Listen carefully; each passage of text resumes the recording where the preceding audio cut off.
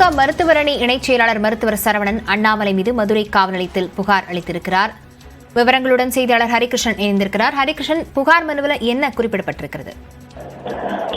லாவண்யா, கடந்த ஆகஸ்ட் 25ஆம் தேதி சென்னையில் நடைபெற்ற பொதுக்கூட்டத்தில் அண்ணாமலை அதிமுக பொதுச் செயலாளர் எடப்பாடி பழனிசாமி களங்கப்படுத்தும் விதமாக பேசியதாக கூறப்பட்டு வருகின்றது.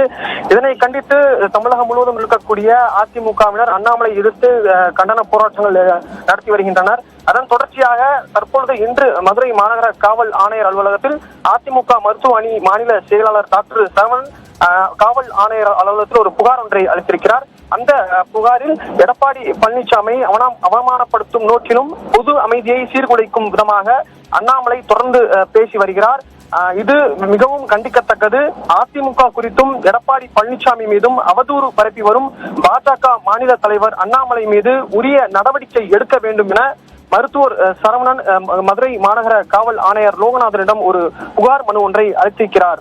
லாவண்யா, விவரங்களுக்கு நன்றி ஹரிகிருஷ்ணன்.